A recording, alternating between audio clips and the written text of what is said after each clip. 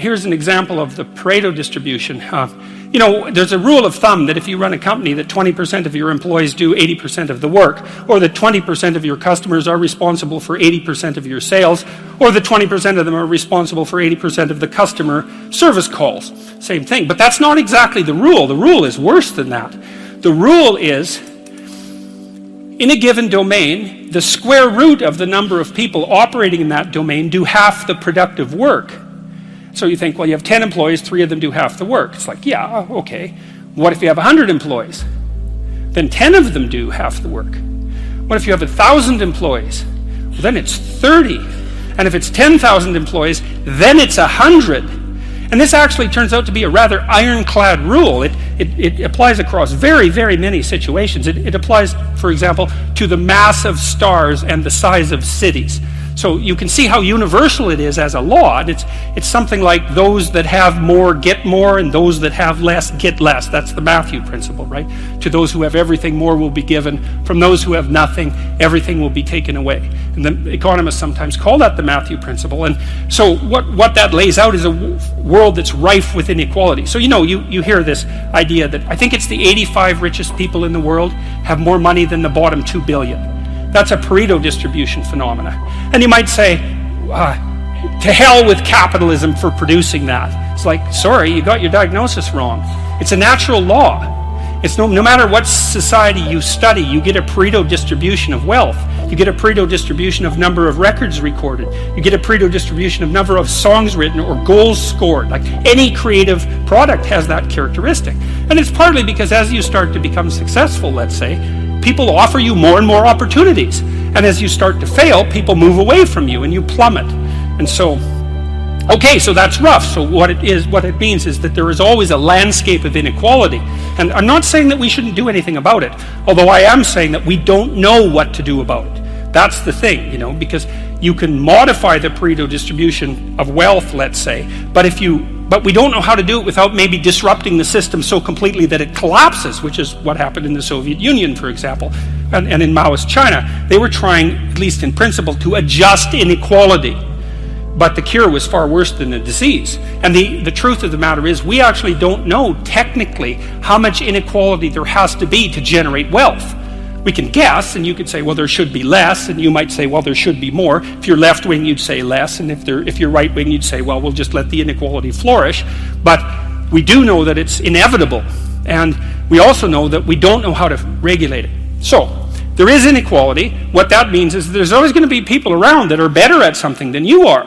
And that's a problem, because you can get jealous, and you can get bitter, and you can get resentful, and worse, you can get hopeless. I have this friend of mine. He told me something so funny. He was decrying his lack of success in the world, and he compared himself to his roommate. And he said, his college roommate was doing much better than he was, and his bloody roommate was Elon Musk. It's like, really? It's like, oh, you're not doing as well as Elon Musk. Well, you can see it would take it rather personally, because they were roommates and everything. It wasn't like he was doing badly. Like, he was doing pretty damn well. It's like, I'm not as good as Elon Musk. It's like, yeah, well, you and like 7 billion other people, But I thought it was instructive because you have to be careful who you compare yourself to. Now, you can't just not compare yourself to successful people, right? Because then you don't have anything to aim at. And one of the things I learned from Jung, this was a cool thing, I'm going to make a real lateral move here. Jung thought the book of Revelation was appended to the Bible because the Christ in the Gospels was too merciful. He was too nice a guy. Now, he's an ideal, right? And Jung said, wait a second, an ideal is always a judge.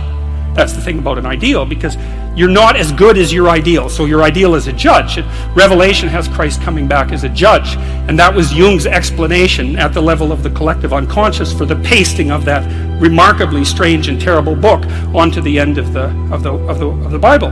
So, well, anyways, my point is an ideal you need an ideal because you have nothing to aim at, but an ideal is a judge, and you always fall short of the ideal. So how the hell can you have the benefits of having an ideal without having the crushing blow that goes along with having the judge that always regards you as insufficient? So I was trying to work that out in the chapter, And this is something I've had to work out a lot as a clinical psychologist. It's like, well, let's say you need a goal, but we don't want to let your distance from the goal crush you. So you got to set up a goal, and then you got to break the goal down into parts so that you can move towards it and you have a fairly high likelihood of doing it. So that's a bit of practical, I wouldn't say advice, it's because it's better than advice. It's some practical knowledge about how to go about achieving an aim. Set a high aim, but differentiate it down so you know what the next step is, and then make the next step difficult enough so you have to push yourself past where you are, but also provide yourself with a reasonable probability of success. It's also what you do with children, right? You want to push them because they need to grow up and be more than they are, right? But you don't want to crush them with constant failure. So what you do is aim high and make the goal difficult but proximal. So anyways, so that's one way of looking at it. But then the next thing is, I've had clients, many clients in their 30s, who are trying to. This is more true with women, I would say. A lot of women who are very high achieving and who established their career goals at 30 and then want to differentiate out their life. They want to have a husband, they want to have a family, they're trying to figure out how to do that. And one of the things I've noticed that around 30, you really have to stop comparing yourself in some ways to other people. And the reason for that is that the particularities of your life are so idiosyncratic that there isn't anyone really all that much like you, because the details of your life happen to matter. And so maybe you compare yourself to some rock star or something like that, and the person's rich and famous and glamorous and all that, but they're alcoholic and they use too much cocaine and they've had 3 divorces, and it's like, how the hell do you make sense out of that? Is that someone that you should judge yourself harshly against or not? The answer is you don't know, because you don't know all the details of their lives. And who do you know that you can compare yourself to? That's easy. You. Yesterday. So here's a good goal. It's something like, well, aim high, and I really mean that. It's like, and we'll talk about that a little bit too. Aim high, but use as your control yourself. It's like, so your goal is to make today some tiny increment better than yesterday. And you can use better, you can define better yourself. This doesn't have to be some imposition of external morality. You know where you're weak and insufficient, where you could improve. You think, okay, well, this is what I'm like yesterday. If I did this little thing, things would be just an increment better. And, well, that's a great thing because you get the ball rolling, and incremental improvement is unstoppable. You can actually implement it, and it starts to generate Pareto distribution-like consequences. It starts to compound. And I've seen that happen in people's lives over and over. People write me all the time and tell me that they're doing that, but I've seen that happen in people's lives continually. They make a goal that, the goal should be, how could I conceive of my life so that if I had that life, it would clearly be worth living, so I wouldn't have to be bitter, resentful, deceitful, arrogant, and vengeful. Like, that's sort of the bottom line, right? Because that's what endless failure does to you. It's not good. And that's what life without purpose and a goal does to you as well, because life is very hard. So you think, okay, well, I need to adopt a mode of being that would justify my suffering. And you can ask yourself that question. What would make this worthwhile? I quote Nietzsche, I think, in that chapter. He said, "He who has a why can bear almost any how." That's a lovely line, man. I mean, it's a lovely line. And it's really worth thinking about. So you think, well, how do I manage all this misery and suffering and futility? It's like, well, I need to figure out what I would have to do in order to make that clearly worthwhile. And so then you have your goal, and then you think, well, I need to move towards that incrementally because I'm kind of useless and can only do so much, and maybe not even that. But all I have to do is be a little bit better than my miserable self yesterday. And that'll propel you forward very rapidly. And you can succeed at it, which is also really lovely, because why not set yourself up for success, because otherwise you'll droop around like a number 10 lobster, and, that's just not good. You get all pinchy when that happens, and it's not a good thing. There's this cat that lives across the street from us called Ginger, and Ginger's a Siamese cat. And cats really aren't domesticated. Technically speaking, they're still wild animals, but they kind of like people. God only knows why, but they do, And so Ginger will come wandering over, and our dog looks at her, but they're friends. And then she'd kind of mosey over and let you pet her if she was feeling like it that day. And, you have to look for that little bit of sparkling crystal in the darkness when things are bad. You have to look and see where things are still beautiful and where there's still something that's sustaining. And you narrow your time frame and you be grateful for what you have, and that can get you through some very dark times. And maybe even successfully if you're lucky. But even if unsuccessfully, then maybe it's only tragic and not absolute hell. And you can do that, in the worst situation. You can make it only tragic and not hell. And there's a big gap between tragedy and hell. There's nothing worse at a deathbed than to see the people there fighting. The death is bad enough, but you can take that, as terrible as it is, and make it into something that's absolutely unbearable. And maybe I think, and this is sort of what I closed the book with, is this idea is that if we didn't all attempt to make terrible things even worse than they are, then maybe we could tolerate the terrible things that we have to put up with in order to exist. And maybe we could make the world into a better place, and it's what we should be doing and what we could be doing because we don't have anything better to do. And that's what the book is about. And that's the end of 12 Rules for Life. Thank you.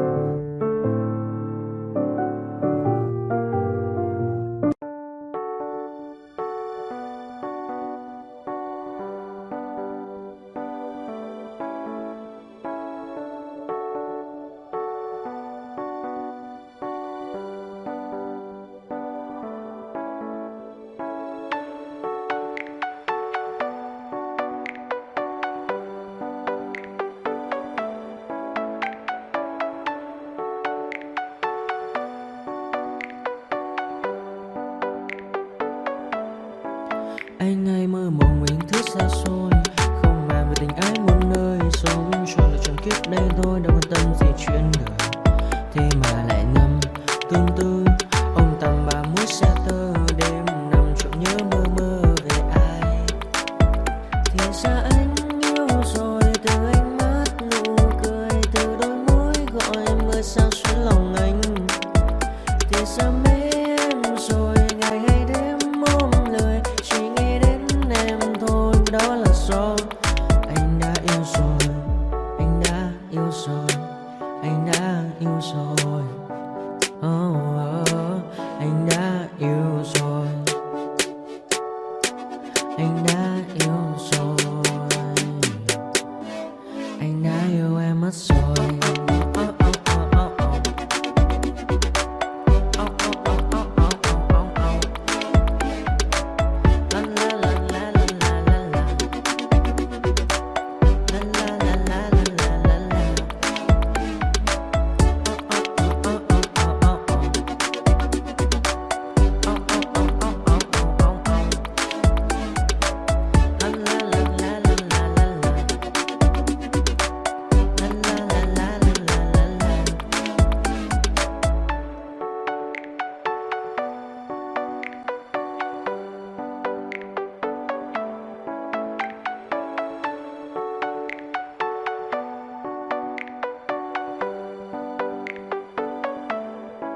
Anh ai mơ mộng những thứ xa xôi, không màng về tình ái muôn nơi. Sống cho là trọn kiếp đây thôi, đâu quan tâm gì chuyện đời.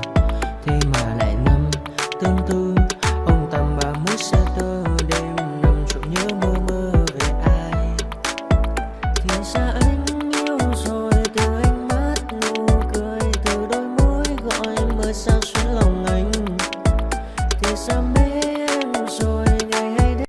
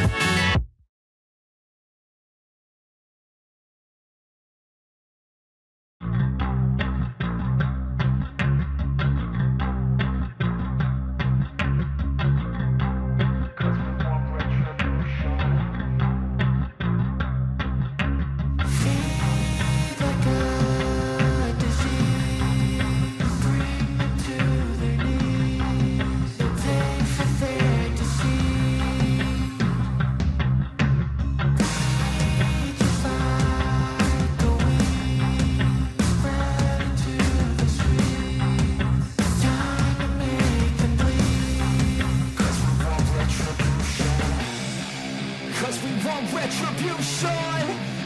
Oh yeah, we want retribution. Oh yeah, we want retribution.